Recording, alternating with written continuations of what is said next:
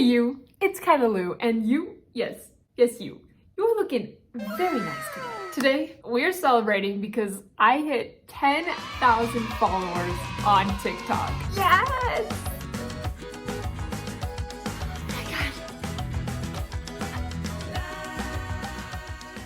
Crazy. First off, I just want to say a huge thank you to you guys, because I know a lot of you guys also follow me on TikTok, and it just means the world that you would support me that way. Sometimes I'm filming my content on TikTok and I'm like, why would anybody watch this? But you guys do, you guys support me and my content, and I just want to say thank you so much. So we're celebrating. This is a good vibes video, and I wanted to do something a little bit fun today, something a little bit more chill, and just share with you guys 10 things that I've learned on my journey to gaining 10,000 followers on TikTok. So if that is something you are interested in, then just keep watching. The first thing that I've learned is lighting is a big deal. Now, I filmed a video the other week. I think it's called the fastest and cheapest way to make better looking TikToks. And I talk a lot about lighting in that video. So make sure you go check it out. I'll make sure to link it down in the description below. But honestly, bright and light content performs so much better on TikTok and in Reels, which you can easily repurpose your TikTok content to. Honestly, I think a light like this should be your first investment when it comes to boosting your content and trying to go on TikTok. I definitely noticed a difference when I started to change up and pay attention to the lighting in my TikToks, in the amount of views I got and engagement. It's crazy because it doesn't seem like it would make that big of a difference, but it does. And thankfully, it's not very expensive, so it's not like going out and buying a brand new camera to film your TikToks on, which you can totally do, but that's not something that's required. A lot of the lights that you can find on Amazon are like $30 or cheaper, so it's really easy on the budget. The second thing that I've learned while growing on TikTok is you can't take it personally. Now, what do I mean by this? On TikTok, the chances are very high that a video can do exceptionally well, and that's really exciting. That's one of the reasons why I love TikTok so much. But there's also a really high chance as well that you're gonna have a lot of videos that don't do as well either. And it can just be difficult not only looking at your own content, but other people's content, to start comparing yourself and going, dang, this person's only been on TikTok for 3 days and they have 10,000 followers already. And I've been on TikTok for a year and a half and I am only at 900 followers. It's really easy to start comparing yourself to other people and also comparing your content to past content. So maybe you had a video that did 200,000 views and now you have content that's only doing 50 views, right?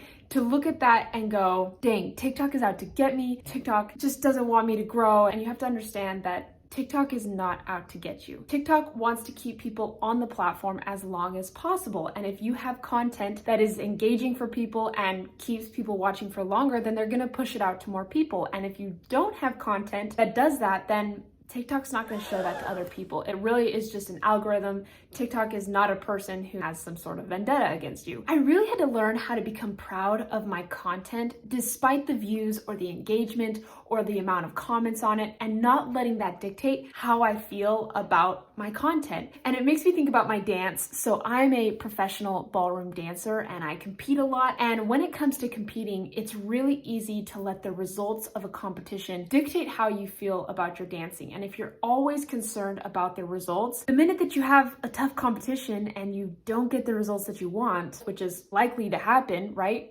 We're meant to fail, we're meant to make mistakes because that's how we learn, then it can really destroy you. So my dance partner and I's main goal and focus for every competition, yes, we are competitive, we love to win, but the number one focus is going out there on the dance floor and being proud of what we presented, so that regardless of the results, we can look at that and go, yes, I am proud of what I put on the dance floor. And that honestly makes it so the blow of, results that you don't want less hurtful, and it makes it so you can learn from the experience and keep making progress, and you're less likely to burn out. Hey guys, editing Kyla here, and as I'm editing this, I realized I didn't quite finish my thought and tie this into how it relates to your content on TikTok. Basically, what I was trying to say is focus first on making content that you're proud of, and regardless if the video does well or not, you're still going to learn from that either way. And so if you can focus on making content that you're proud of, then literally any type of results you get, whether it's you get a lot of views or you don't get a lot of views, you can take that and learn from it. So let's get back to the video. The third thing that I've learned is consistency is key. If you look up tips on how to grow on any social media platform, I bet you 99% of the time, this tip is going to come up. Be consistent, show up. And it's so true. Honestly, I started seeing a huge amount of growth when I started being consistent. You guys can see that in those numbers on my video, a year on TikTok, I believe. I'll go ahead and link that down in the description below so you guys can see my growth and my journey on my first year on TikTok. But it's so true. Consistency is key. This past year, especially, I had a couple weeks where I would take off, not posting at all. And I definitely saw the repercussions from that. And it definitely stunted my growth and made it harder to grow on TikTok. Consistency is better than frequency. It's so much better, especially on TikTok, to show up and post 2 times a day than to show up and post 7 or 10 times in one day and then not post a single thing for 2 more weeks. You've got to show up, you've got to engage, and you just choose a schedule that works for you. Especially right now, at the time of me filming this video, there's a lot of creators out there saying you need to be posting a minimum of 7 to 10 posts a day, and that's a lot of content. That's a lot of content to come up with. That's a lot of content to film. And especially if you're first getting started on TikTok, you don't really know how to use the app, you're trying to figure out what you're doing. I get it. I've been there. Posting 7 to 10 times a day is not doable. Like, you're gonna burn out so quickly. You may be able to do that for a week and then you won't be able to post for 3 more months because you're just like, How do I create that content? even if you can just post 1 time a day and be super consistent with that, I've honestly seen that that is so much better than posting 10 times on a day, taking a break for 3 weeks, then coming back, posting 15 times in a day, whatever it is, right? Consistency over frequency. The fourth thing that I've learned on this journey to 10,000 followers is going live on TikTok can really help your growth. Now, to be honest with you guys, I tried going live on TikTok quite a few times, when I was first getting started, and it was not great. Like, I tried to even set up a consistent schedule where I was going live like once a week, but I never got that much engagement on the live. There was maybe like 2 to 5 people that would show up max. I didn't know what to talk about. It was a struggle. But through the process of studying other people's lives and what a successful live looked like really helped me learn how to be better on TikTok live. So the culture of TikTok is very fast paced, right? You can get onto TikTok and you can just be scrolling for days, looking at all this different content. Typically, content that performs best on TikTok is content that is very fast paced. There's a lot of different cuts. There's a lot of stuff happening because that's what keeps people engaged, because we have such short attention spans. So honestly, that's what I found is so beneficial for a live, is having that upbeat energy and keeping things moving. And it's honestly a great way that you can grow and connect with your audience. And don't be afraid to test things. So one thing that I've been doing recently is getting on live and playing like some games, whether it's just a game on my phone, like Wordscapes, or on my computer. And that's awesome because that's something my audience can get in and engage with, and we can all do something together. I make sure to ask questions and shout out people for following and thanking them for the likes and all of that stuff. Just being really engaging and exciting. That's one thing that I always strive for, because there is a ton of lives that I've gotten onto on TikTok that are just so boring. And if that's what works for the creator, then great. I get everyone is not going to be bubbly and upbeat, because that's just not who you are. But you want to be able to find something that works for you, and don't be afraid to test it. I know going live on TikTok can be really scary. Again, if you have the option, I know there's some of you out there who don't even have the option yet to go live on TikTok because you don't yet have 1,000 followers, and that's okay. Keep working on growing to that 1,000 followers. You will get there in no time. I definitely want to make a video going more in depth on this, so let me know if you guys want something like that. But I want to talk about my experience going live and how I've been able to, shape it and get a little bit more comfortable so I can help grow and gain quite a bit of followers actually while I'm on live. But that has made a big difference. The fifth thing that I've learned while growing on TikTok is pay attention to trending sounds. Trending sounds are such a big deal on TikTok and such a great way for you to grow. All it really takes is spending like 10 to 15 minutes on your For You page every single day, and you'll be able to quickly see what sounds are trending. Like, if you see a sound pop up 2 or 3 times, in my opinion, that sound is trending, and you can save that video and then create content using that sound. Super easy, whether it's just something that's playing in the background or you're actually like lip syncing to it or dancing or whatever it is, right? You can take it and put your own creative spin on it, but paying attention to trending sounds and using that in your content is a big deal. The sixth thing that I've learned is to have freaking fun. Like, growing on TikTok is so much fun. Opening up your TikTok, seeing all of the new followers and comments and likes, like that is a new hit of dopamine. And I know that's what these social media apps are doing to get it so I come back trying to grow more. And that's all great. But honestly, if you don't actually enjoy making the content, then there is no way you're gonna be able to hang with posting on TikTok. Like, you've gotta enjoy the process. And that's why I love posting on TikTok so much, is because I feel like you can just be kind of fun and be kind of crazy. I've honestly never felt like I really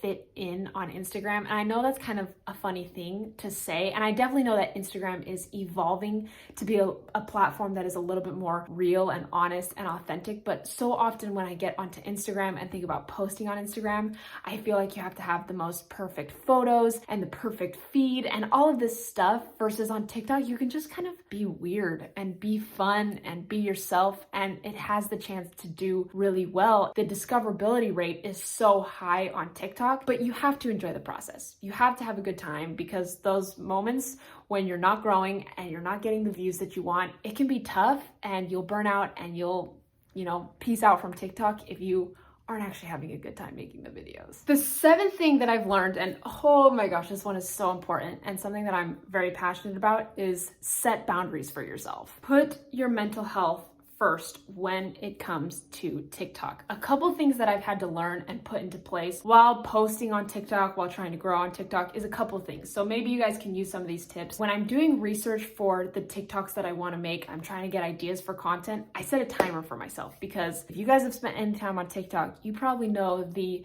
massive time hole that you can go into by scrolling on the For You page. You can just, I'm just gonna scroll on TikTok for a couple minutes, and then 2 hours later, you're like, what am I doing with my life? So I always set a timer for myself, like a 10 to 15 minute timer, saying, okay, I'm gonna go do some research, get some ideas for TikToks that I wanna film, because I've gotta film a ton of TikToks, and that helps keep me on track there. But I also make sure that I log off on my phone by 9 p.m. at night and say, I'm not getting on any social media at 9 p.m. at night, and I'm not gonna get on to social media until after 9 a.m. Now, I got this idea from Catherine Manning. She's amazing. I'll make sure to link her channel down below. I love her so much. And I thought this was so genius, because so often I find myself still scrolling on TikTok at 10 or 11 p.m. at night, and then it makes it so much harder to fall asleep, and you can just start comparing yourself. It's just not healthy. So logging off social media at 9 p.m. and then not getting on social media until after 9 a.m. just kind of helps you enjoy your evening, pay attention to yourself, enjoy your mornings. It's a big deal. And then another thing that I've also started doing, which is so amazing, is I log off social media completely for one day of the week. A lot of what I do during the week and my business revolves around social media. So I need to be on my phone a lot. I need to be on social media a lot. But if I can just take one day a week, which for me is usually Sundays, if I can take that one day off, I don't get onto TikTok, I don't get onto Instagram or Facebook or Pinterest, I don't look at my YouTube channel, any of that stuff. Holy cow, it makes a big difference. It's not easy for sure, because sometimes you'll just be sitting there and be like, dang, I just really want to like scroll on my phone. I don't know what to do. But at the end of the day, I just feel so much more refreshed and so much better. Like, looking at social media constantly takes an effect on your mental health. So after all of that said, thank you for coming to my TED Talk. Set boundaries for yourself. The eighth thing that I've learned is be kind to other people, uplift others. It's not that hard. I don't see why there's any reason that anybody needs to go out of their way to put someone else down on TikTok. I was watching a YouTube video and this creator said it so perfectly. So the content that a creator makes, the community that they build, that's like their home. In real life, if you were, let's say your neighbors invited you over to their home, I don't know what that's like because we never talk to our neighbors. But let's say your neighbors invited you over to their home for like dinner, and you walked into their house and you looked at their couch and said, "Ew, that's disgusting." You may think that the couch is gross. You may not personally like the couch, but you would never say that out loud. Like, you just wouldn't do that. But on TikTok, so many people just feel the need to go into this creator's home essentially and their community and just start dogging on them, and there's just no need for that. You are not required to watch that content that the creator created. Like, you are there voluntarily. You are not forced to watch that content. And so if there's something that you don't like, it's okay to leave. And you don't have to put the creator down in the process. But what I am a big proponent of is going out of your way to make creators feel amazing, or just saying like, okay, once a day, I'm gonna go and leave a kind comment on someone's video and hopefully brighten their day a little bit. That's something that's not only brought me joy, but hopefully has brought joy to other people on the platform. Because if you're a creator, you know how tough it can be to create content, and then to get negative comments on that content, that's really hard. You put a lot of work and time into that content. There's no need that you need to be going out there and spreading those same feelings. But if you're not a creator on TikTok, you just love being on the platform, watching other people's content, if you don't have anything nice to say, don't say anything at all. The 9th thing that I've learned while trying to grow on TikTok is you've constantly got to be learning and paying attention to the updates of TikTok. Things are changing constantly. There's always updates that are happening, always some new things with the algorithm and stuff, and it doesn't hurt to stay educated on what's happening. That's honestly why when I give the advice of people who want to grow on social media is pick 1, maybe 2 platforms to grow on, because when it comes to every single platform on social media, there's a lot of stuff to learn, not only on how to post and to grow, but the platform itself is constantly changing, and TikTok is absolutely no exception. So one thing that's actually been really nice for me is here on my YouTube channel, I post updates for TikTok and stuff like that. Now, obviously you don't have to go and create a YouTube channel doing TikTok updates and stuff, but you can just even like by subscribing to my channel, shameless plug, you can stay updated with what's happening on TikTok. I try my best to update you guys with things that are happening. One thing that you can also do is subscribe to TikTok's newsletters. I think they send out emails like every single month, just giving you some updates on what's going on, or check out their creator portal. That's a great place. I'll make sure to link those down below so you guys can check them out. But just checking those out every couple weeks, making sure that you're staying up to date with what's going on, it makes a big difference. And the last thing that I've learned, well, not the last thing, but the 10th biggest thing that I've learned while growing to 10,000 followers on TikTok is imperfect action is better than no action. And I know this sounds so freaking cheesy, but post that video that you're not sure if you want to post. Create that content that you're not sure will go viral, but just do it. That's the crazy ironic thing about TikTok is honestly, most of the videos that you think are gonna do really well, okay, this is not obviously a hard, fast rule, but a lot of the TikToks that maybe you think are gonna do well, sometimes don't do well, and then TikToks are like, whatever, let me just pull out my phone and talk to it about and rant about something, it goes viral, right? It's crazy how that stuff can happen, but don't be afraid to test new things. And it's so much better to take that imperfect action than not posting at all, right? If you want to grow on TikTok, if you want to create that community and that following that just digs your content, you have to actually post that content. You actually have to create content. And so by taking that imperfect action and being able to test new things is awesome and such a great place to be, and something that I highly recommend you guys do, because I've created the best content when I'm in that mindset. Like, okay, let's try a new angle, or let's try me standing further away from the camera than I normally do, or let's try adding in some different lighting, being willing to test new things, to try out new things. And again, that just goes back to enjoying what you're doing, enjoying the process, being proud of your content, and not being so focused on the numbers. Yes, the numbers are great and exciting and growing is awesome, but at the end of the day, you have to enjoy actually making the content and not being afraid to take that imperfect action. In fact, most of your videos, if not all of them, are not going to be perfect, but who cares? We're human. None of us are perfect. So it's just about being yourself, posting content that you enjoy posting, that you enjoy making. That's a great place to be. So there you guys go. Those are 10 things that I've learned on my journey to growing to 10,000 followers on TikTok. Before I end this video, I just want to say thank you again. Thank you so much for your support and love, not only here on YouTube, but on TikTok as well. It seriously means the world to me, you guys, and I just love each and every one of you so freaking much. Go ahead and comment down below which of the 10 was your favorite, or maybe that you're gonna start implementing while trying to grow on TikTok. I would love to hear from you guys. I hope you guys have an amazing day, and I will catch you on the next video. Bye, dudes. 'Cause I've been living life right like I